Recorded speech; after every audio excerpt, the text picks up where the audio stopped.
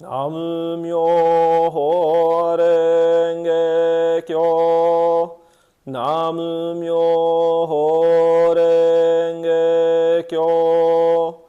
Nam-myoho Renge Kyo. Buongiorno a tutti. Allora, in un celebre brano tratto dagli scritti del nostro fondatore troviamo delle parole molto famose. Abbi fede nel grande mandala, vi ricordate? Queste parole in realtà non sono tanto difficili da capire. Abbi fede, lo sappiamo cosa vuol dire, grande mandala, questo, ok? Ma in realtà io credo che sia molto difficile da praticare veramente. Avete sicuramente sentito parlare della distinzione profonda tra la fede come l'acqua e la fede come il fuoco. Perché la fede nel buddismo è così importante? Perché è la base fondamentale per la crescita spirituale e per la pratica.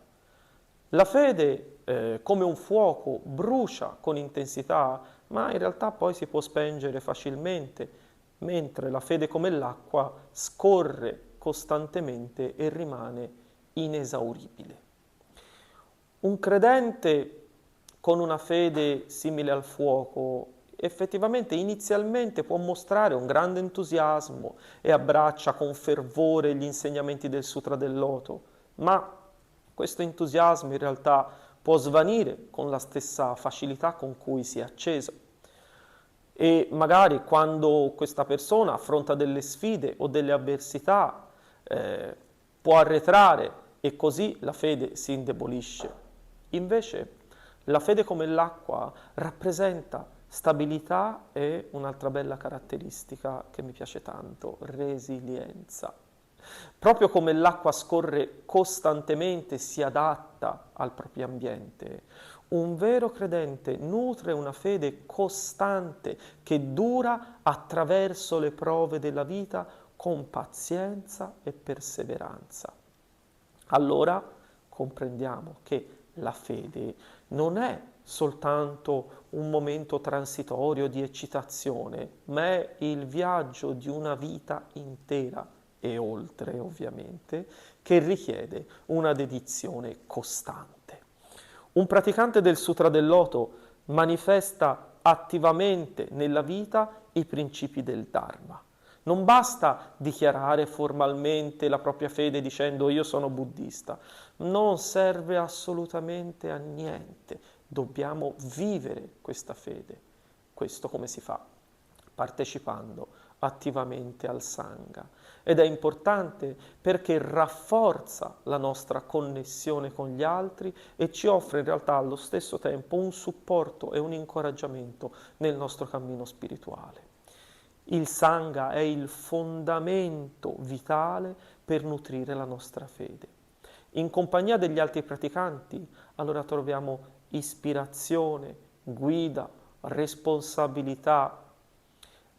È fondamentale riconoscere che la nostra crescita non può essere solitaria o, come piace tanto dire soprattutto agli italiani, indipendente. Il buddismo non insegna l'indipendenza, insegna l'interdipendenza, perché noi prosperiamo nell'abbraccio della comunità.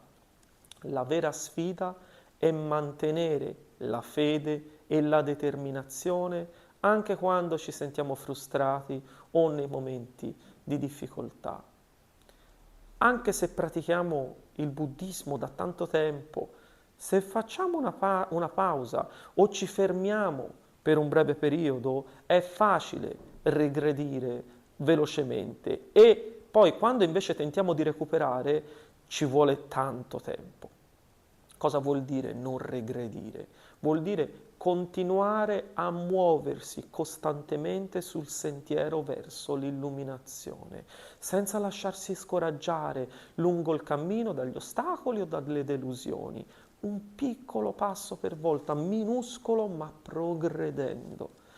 Nel nutrire la nostra fede dobbiamo anche coltivare al tempo stesso la nostra pratica e il nostro studio. La pratica quotidiana è importante per integrare gli insegnamenti del Sutra del Loto nella nostra vita. Un viaggio di 1000 chilometri inizia con un piccolo passo. Se trascuriamo o ignoriamo questo piccolo passo, è impossibile raggiungere l'obiettivo finale. Per percorrere il sentiero buddista è necessario incoraggiare sia se stessi che gli altri. Se pensiamo soltanto a noi stessi, questo non adempie alla missione e alla responsabilità di un vero praticante del Sutra del Loto. Il vero praticante del Sutra del Loto non vive al di fuori del Sangha. Quindi cercate di nutrire una fede come l'acqua e siate acqua.